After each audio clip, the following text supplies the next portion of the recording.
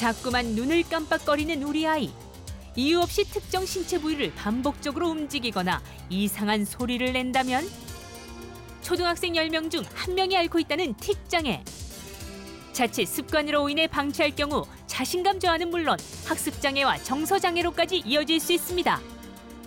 반드시 기억해야 할 틱의 초기 증상에서부터 뇌의 기혈순환을 돕고 타고난 기질을 조절하는 한방치료요법까지. 틱, 이제는 한방으로 다스린다. 프라임 한의원 천영호 원장과 함께 자세히 알아봅니다.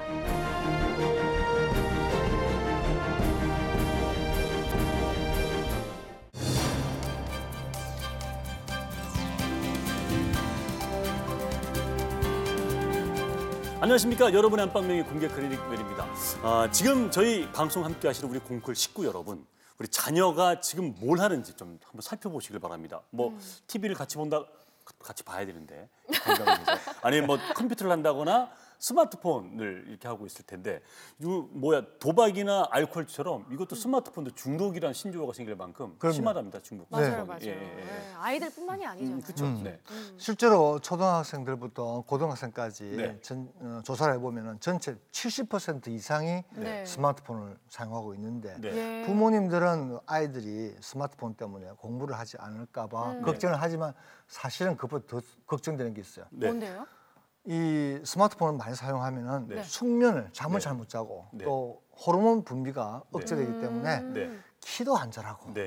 또 집중력 떨어지고 네. 건강에 심각한 악영향을 미칠 수가 있습니다. 네, 네. 오죽하면 스티브 잡스도 컴퓨터나 뭐 스마트폰은 아이들에게 사용을 전면 금지할 만큼 그럼요. 네. 굉장히 뭐 억제를 할 만큼 유명한 네. 이야기죠. 예, 네. 그렇습니다. 근데 제가 생각할 때는요, 네. 아이들이 문제가 아닌 것 같아요. 네. 우리 어른들이 먼저 솔선수범해서 하루에 뭐 몇 분만 한다던가 네. 몇 시간만 한다던가 이렇게 네. 좀 정해놓고 할 필요가 있지 않을까 싶습니다. 안타까운 풍경은 가족 네. 외식 딱 나갔잖아요. 식당에 가서 맞아요, 외식 맞아요. 나와가지고 네. 음식 나올 때까지 각자 스마트폰 하고 맞아요. 있어요.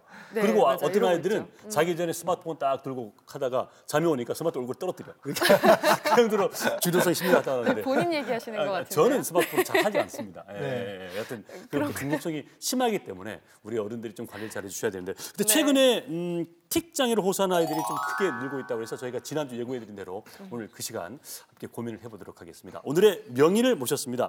프라임 한의원의 천영호 원장님 나오셨습니다. 반갑습니다, 원장님. 네, 어서 오세요. 오랜만에 뵙습니다. 네, 요즘에 아이들이 진짜 스트레스가 많긴 많은가 네. 봐요. 이렇게 틱 장애를 호소하는 아이들이 참 많다고 들었는데 어떻습니까? 네, 그 몇 년 전에도 틱을 하는 아이들이 상당히 많았습니다만 네. 최근 사이에 부쩍 더 증가를 했습니다. 네. 이 틱 장애는 대부분 그 남자 아이가 여자 아이들보다 조금 더 많은데요. 네. 최근 몇 년간 틱 장애나 다른 ADHD 혹은 다른 정서 행동 장애로 치료받고 있는 환자가 지속적으로 늘고 있어서 근데 실제로는 의료기관에서 그 진료를 받는 아이보다 가정에서 참고 있는 아이가 훨씬 더 많은 것이 현실이기 때문에 네. 네. 그런 점을 감안한다면은 실제 틱 증상을 나타낸 아이들의 숫자는 어마어마하다고 할 수 있습니다. 네. 초등학교 선생님 말씀을 좀 들어보면 예. 한 반에 틱을 하는 애가 서너 명 정도 있다고 할 정도로 오. 그렇게 많습니다. 정말 요즘, 생각보다 아니, 많네요. 요즘 또 반에 정원도 적은데 그렇죠. 서너 명이면 더 많이, 옛날보다 더 많다는 거잖아요. 그죠? 네. 예. 그러니까요. 자, 그럼 본격적으로 틱에 대해서 알아보겠습니다. 네. 첫 번째 키워드 공개합니다.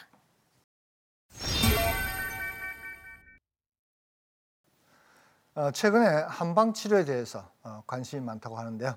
사실 이 틱이라는 것이 이 신경 정신과적인 영역이 아니겠습니까? 그렇죠. 네. 과연 한방 치료로 이게 가능하신지 또는 동의보감에도 나와 있나요? 제가 이거 뭐 억하심려 그런 거 아니고 그럼 손님 모시는 거 보세요. 질문이 나온 거예요. 그러고 보니까 그러네, 진짜. 네네. 한방 동의보감이 틱이라는 얘기가 나올 수, 틱이 영어잖아요. 예, 그렇죠? 궁금하긴 네, 합니다. 그 동의보감에 틱이 나오지 않는 걸로 알고 계시죠? 예. 물론 동의보감은 한자로 기록되어 있는 책이기 때문에 네.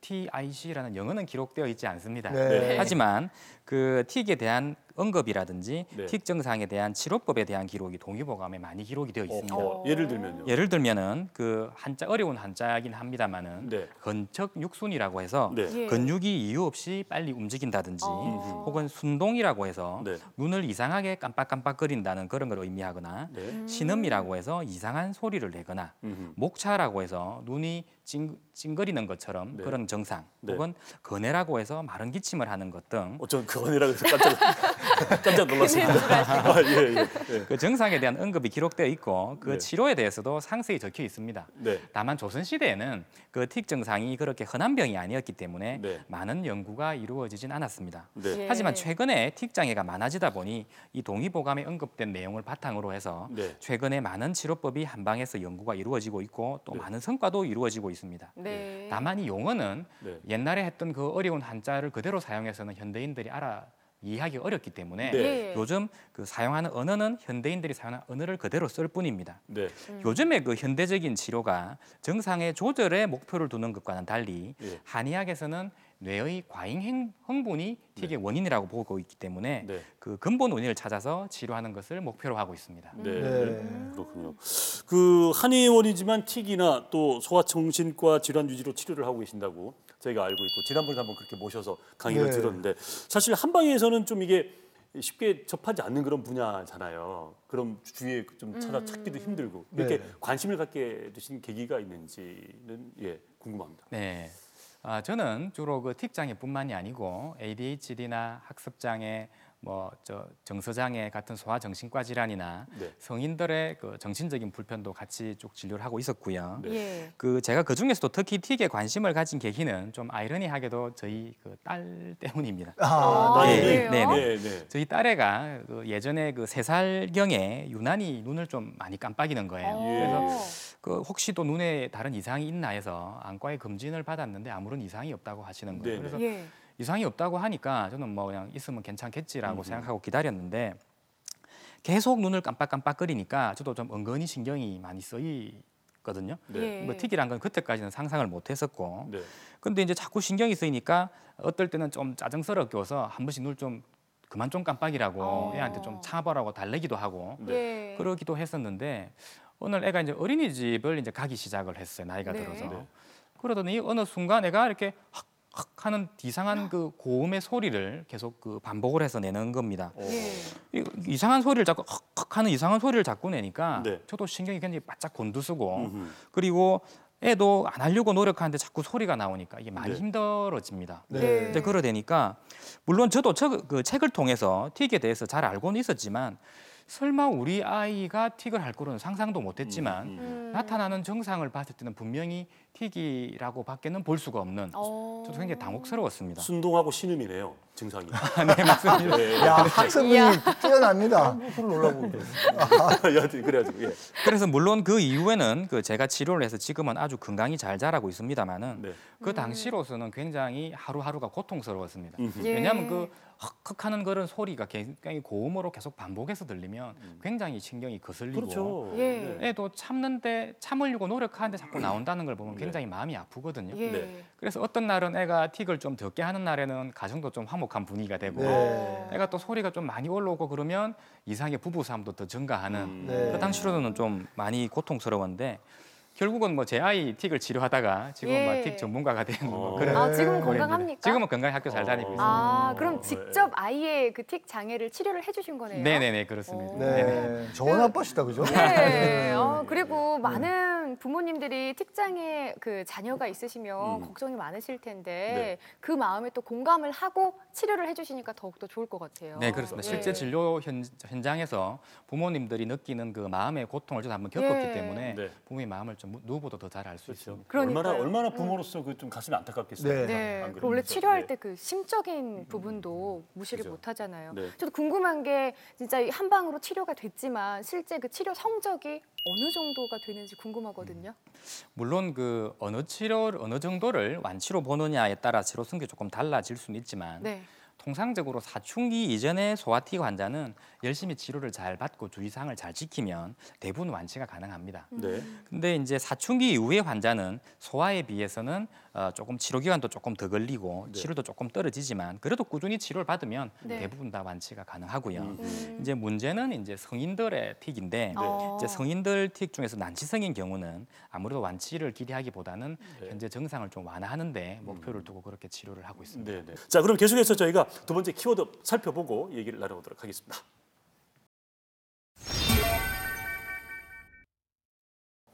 네, 틱이라는 게 네. 눈을 깜빡거린다든지 또는 얼굴을 찡그리다든지 네. 이게 증상이 좀 다양하지 않습니까? 네.